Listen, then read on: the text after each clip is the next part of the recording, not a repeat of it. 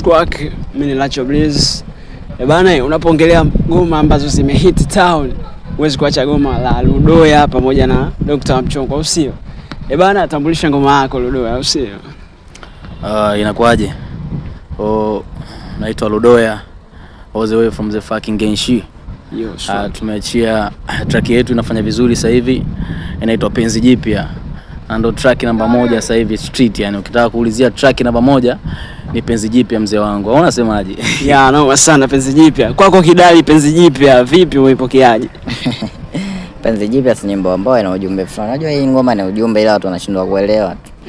Kuna watu wameteswa sana kwenye mapenzi, au sio? Unapopata penzi jipya ambalo lina utulivu na amani, kwako inakuwa ni kitu ambacho kinakupa furaha kwenye maisha yako, au sio? Kwa hiyo Penzi Jipya ni project kubwa ambayo tumeiandaa, na kabla hatuiandaa tuliweka matumaini katika hii project. Kwa hiyo tunamshukuru Mwenyezi Mungu.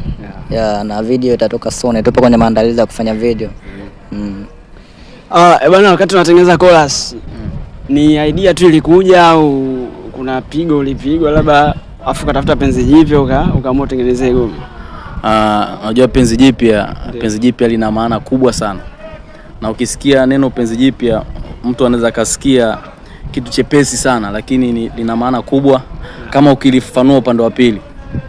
Penzi Jipya kwa haraka, Penzi Jipya ni mpenzi ambaye umempata mpya, ushachana mpenzi wa zamani, umempata mpenzi mpya. Na sheria ya mpenzi mpya ni always lazima muenjoy, kwa sababu mjuani vizuri, mjazoeana. Kwa hiyo Penzi Jipya lina maana kubwa sana. Na kitu ambacho watu wakijui kwenye swala la Penzi Jipya, Penzi Jipya lina maana mbili. Kwanza, ukishakuwa kwenye Penzi Jipya lazima kwanza moyo wako utakuwa una utulivu.